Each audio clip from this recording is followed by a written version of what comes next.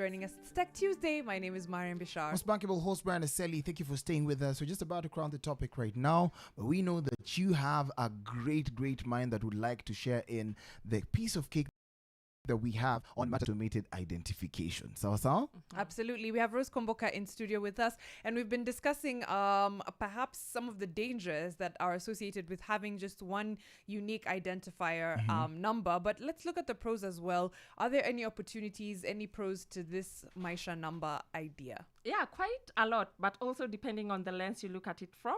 So improved targeting, for example. So you are able to target services to those who need them because now you have the data for it. For instance, with the coming El Nino, if we had that data, we'd know which areas are prone to the El Nino and then provide them those services in terms of if it's medicine because of the waterborne diseases that will come about, we are able to give them that.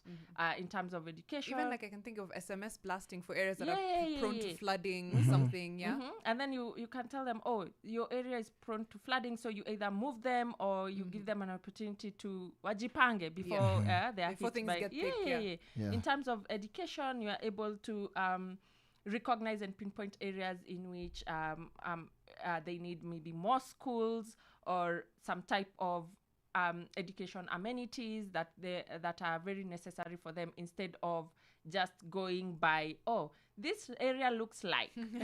Not looks it looks like. It needs the vibe here is off. You come up to a flood. You come up, the vibe, the energy is not giving. Yeah, the energy is not giving. In terms, now you're able to make informed decisions based on the data you have. In terms of also efficiency in dishing out services. Now you do not have to go with your folder full of have you ever applied for a help loan? No, but I'm sure you have to come with your every document from your from pastors, the chief. Your pastor. Yes. Juzi muliulizwa maneno ya boat mkakataa kusema wakati wa survey ya dini. Hey, you need your mother's birth certificate, your father's sijui what. Whose death certificate? For idea, I needed my vaccination cards for my child. It's like, come on, seriously. Let's be real. And that's just one service. You can imagine. So you've done that for help. Then you go apply for a passport. They need another set of like folder long, also papers. Please, climate change. Right? We had Africa Climate Summit up at Druzy. And it's like, can I have your grandparents' birth certificates and copies? And then no. Like, and then you apply online, but you still need to print it out and take it there physically, which defeats the point. Exactly. And you have to photocopy it in triplicate. Actually, a copy for you, a copy for them. I don't know, man. And sometimes it's funny because maybe you never met your grandparents. That is one. Maybe your grandparents never had identification in the first place, because if my grandpa was born in 1927, right? Na amekuwa akipiga tu raundi. Because maybe they retired and they don't need most of their documents. True. Maybe they never worked in a white collar job that requires them to get pension and stuff like that. It's 1927 is just an estimate of hiyo mvua ilinyesha mwaka. Hiyo mwaka. It must have been 1927. Unakaa kama wa 1927. Of course, as we wrap up the interview, I know our data privacy laws could use some, I don't know, some plumping. What can we do to make sure that even as we roll out things like Maisha number, and of course we're moving into the age of AI as well, that we protect our data and that we're a little bit better at it? So the first thing that comes always on top of my head, and we do this even at CFA when we are trying to do training, is user-centered design. So tell the people what CFA is. CFA is Code for Africa. It's a civic tech company that deals with a lot of things. We have so many initiatives and programs. Among them is investigation, air quality censorship. Training is at the core of our business, which is where I fall. Yes. So you were saying.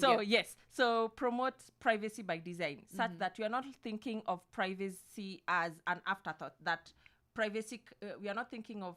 We are doing privacy after something has happened. For instance, when we were hacked, that's when we are thinking, what could we have done?